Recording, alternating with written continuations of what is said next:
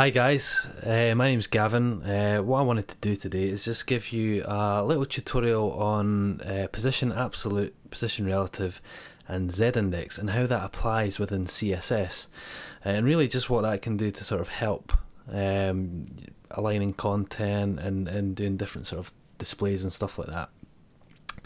The reason I wanted to share this with you is because when I was first learning CSS, I found this a little bit tricky to kind of wrap my head around, so I thought maybe it's worth sharing my experience and just kind of giving you a little tutorial on how it actually works, and hopefully my perspective on it can help you guys a bit.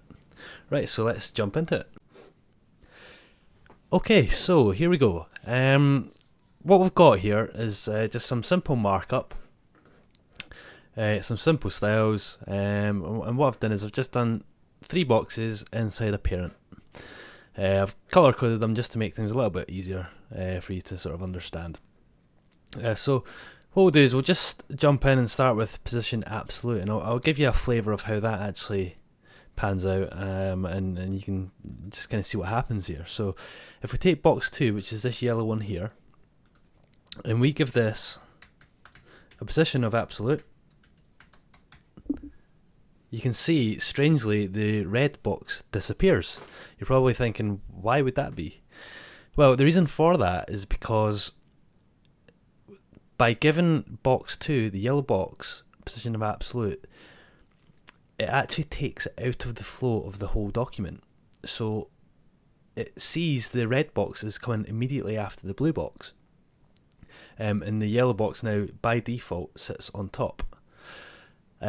So what we can do is, if we give box 2 alignment of top to 0, there you go. You can see your red box now because I've moved it to the top of the body. Because it's positioned absolute, it has to be relative to something. And because there's no relative position on anything else, it's by default relative to the body. That's the nearest relative position that it can take. So top puts it right to the top of the body. If we do left, if we do right, 0, it goes away over to the right there. And again, back to this red box, it thinks that there's blue one, yellow, and red. It looks like red comes immediately after that. So what we could do is, if we were to say put box 3 inside of box, let's see, in fact, if we put box 2 inside of box 1, watch what happens. It stays there because it's still out of the flow of the document. It doesn't matter where you put it, it's still outside of the flow of the document, so it just defaults itself to the body. Now what if we give box 1 a position of relative,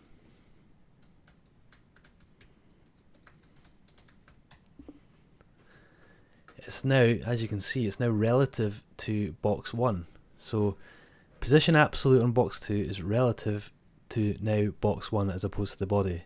Again, if I remove this, the body. If I put it back, box 1. So hopefully that kind of explains position absolute and position relative to you. You get an idea of how that actually comes together. So what we can do is we can move on to z-index now, and I'll let you see how that also works. So if we were to, for example, let's see, so if we gave, say, box 2 a z-index, z-index of, say, -1,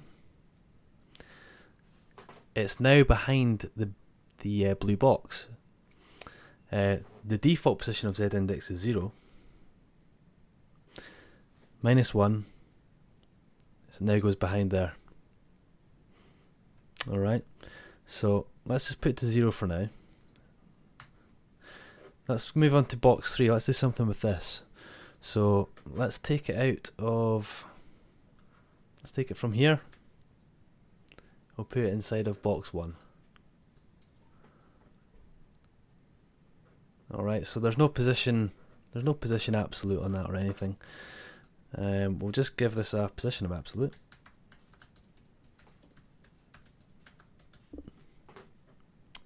Again, by default it doesn't actually do anything yet. But let's change it up a bit. Let's do bottom 0. And let's just leave it at bottom 0 for now. In fact, no. What we could do is we could actually place this. Let's see what happens when we place it on top of the yellow. So let's just let me see here. So we could do, let's see, top of, let's say 50 pixels. And by the way, this here top, this is 50 pixels away from the top. So that's what's meant by that. It says 50 pixels away from it. So we could do right. Let's say 50 pixels again. Alright.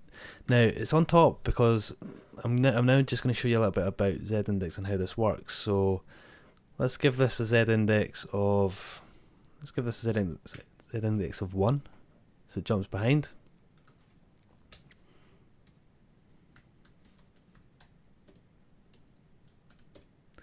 And let's give this a z-index of, let's just say 2. See, it comes back. So this is how you can use all of these to actually layer things up. You can use position absolute, position relative, wherever you feel that you want to start layering some things together.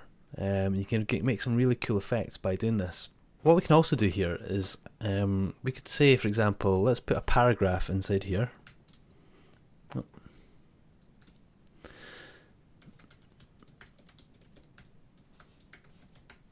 So hello, I am a paragraph.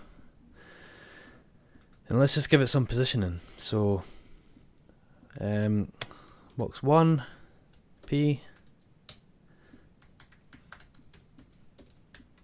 position absolute.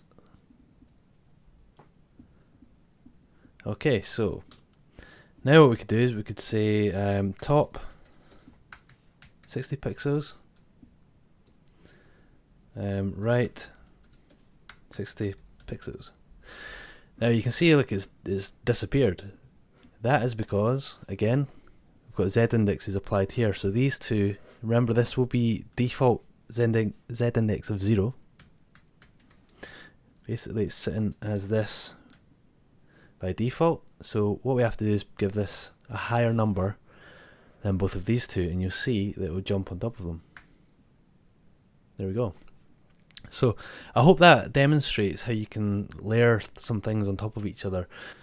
So this has been a very simple tutorial, and I hope it's helped a little bit. If you've got any questions or any criticisms on this, anything I could have done better, please just leave a comment down below, and I'll happily reply and see if I can explain matters a bit better if I haven't done so already in this video.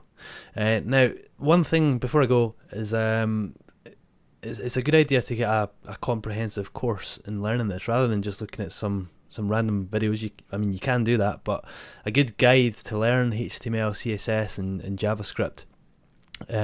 Website I use is teamtreehouse.com, and I can leave a link in the description for this where you can sign up. I've got to be open and honest, the link I leave, it will be an affiliate link, so I'll get a little bit of something for that.